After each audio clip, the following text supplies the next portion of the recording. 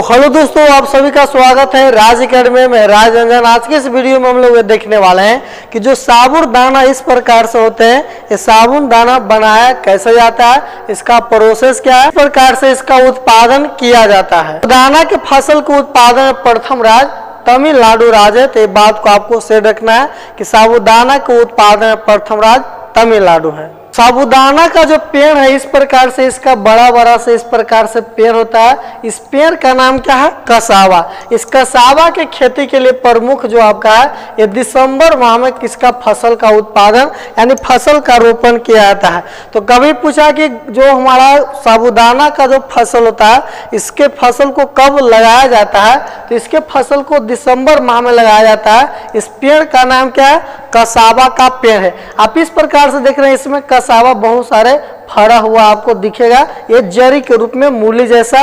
और ये जो फसल आपको दिख रहा है, जिस प्रकार से आपको शकरकंद देखें, ये शकरकंद की ही प्रजाति का होता है साबुदाना का पेड़, जिसका नाम क्या है? कसावा है। साबुदाना के फसल को जैसे खेत से निकालते हैं, इसको ट्रक या ट्रैक्टर के द्वारा फैक्ट्रियों में पहुंचाया जाता है। वहां पर जाने के बाद सबसे पहले इसको धोते हैं अच्छी तरह से। इसमें जो मट्टी उट्टी लगा रहता है, इसको हम लोग अच्छी तरह से धोते हैं। इसके बाद इसके यहाँ पर जो फिसलिंग मशीन है, इस फिसलिंग मशीन में इसको डाल देते हैं, जो गोलाकार राउंड शेप में होता है। इसमें जैसे ही जाता है तो इसका ऊपर का जो लेयर होता है, ये छिल जाता है और इस प्रकार से व्हाइट कलर में हमें दिखाई देता है। जिस प्रकार से आप शकरकंद के ऊपर का चीज को छिल देंगे, ऊपर का लेयर को, तो आपको उजला उजला इस प्रकार के आपको दिखेगा।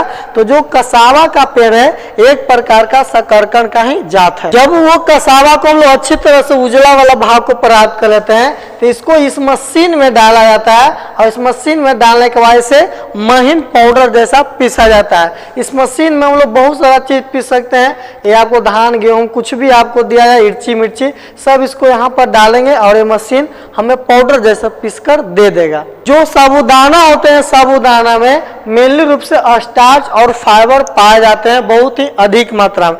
लेकिन हम लोग मनुष्य को इसकी फाइबर और स्टार्च की आवश्यकता नहीं होती है, इसीलिए इसको हम लोग अलग कर लेते हैं और साबुदाना के अगले भाग को अगले प्रोसेस के लिए भेज देते हैं। जो आटा जैसा महीन हमें प्राप्त हुआ था, उसको पानी में अच्छी तरह से भिगो दिया जाता है और आटा जैसा ये बना होता है, इसको हम लोग अच्छी तरह से इसको भिगा देते हैं। भिगाने के बाद इसे हम लोग क्या करते हैं? अच्छी तरह से सुखाते हैं। तो जब आप देखिए आटा को आप भिगाएं और उसको धूप में ले जाकर सुखा दें, तो टाइट हो जाता है लिट्टी जैसा।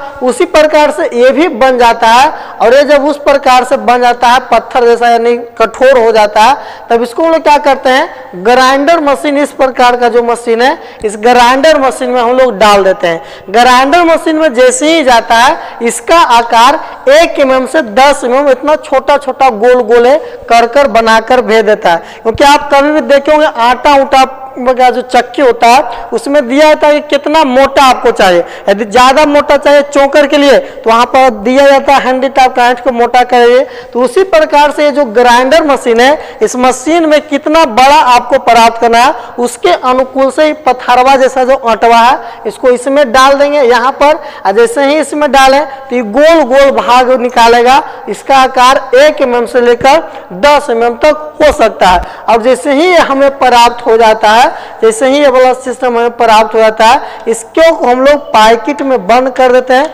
और पैकेट में बंद करने के बाद मार्केट तक भेज दीजिए। यही साबुदाना प्राप्त करने का प्रोसेस है। तो एक चीज और नाम सुने, अलरोट, अलरोट करके आप नाम सुने होंगे। तो अलरोट हमें कैसे मिलता है? तो जो आटा को हम लोग सुखाते हैं और आटा को सुखाने के बाद थोड़ा सा इसको मोटा करके और महीन कर दिया जाए, इसी को हम लोग क्या कहते हैं? अलारोट कहते हैं। यहाँ पर एक आप सिंपल प्रोसेस समझ सकते हैं कि किस प्रकार से साबुदाना प्राप्त होता है। सबसे पहले यहाँ पर इस पौधा को हम लोग लगाते हैं। जैसे ही ये पौधा हम लगाएं, पौधा को कवार लेते हैं। कवारने के बाद इसको हम लोग उद्योग में लाते हैं। यहाँ पर लाने के बाद इसे अच्छी तरह से धोया जाता है, फिर ऊपर का लेयर को इसका हटाया जाता है। हटाने के बाद इसको हम लोग छोटा छोटा टुकड़ा में यहाँ पर कन्वर्ट कर लेते हैं। जैसे ये महीन पाउडर जैसा प्राप्त होता है, तो इस प्रकार से इसको हम लोग यहाँ पर भिगो देते हैं। भिगोने के बाद इसको हम हम लोग डाल देते हैं, नीचे की ओर प्रोसेस में डाल देते हैं, तो यहाँ पर ये सूख जाता है। सूखने के बाद काफ़ी कठोर प्राप्त होता है, और जब कठोर प्राप्त होगा इस मशीन में ड्रायर किया गया यानी सुखाया गया, और जैसे यहाँ पर सुखाने के बाद हमें कठोर प्राप्त होगा, इसे ग्राइंडर मशीन में डाल देंगे और इसका आकार इस प्रकार से हमें प्राप्त हो जाता है 1 mm से 10 mm तक। इसी को हम लोग साबूदाना कहते हैं। आपको किसी और प्रकार की जानकारी चाहिए तो इस वीडियो के कमेंट सेक्शन में कमेंट करेंगे, वहां पर आपको उसकी जानकारी दे दी जाएगी।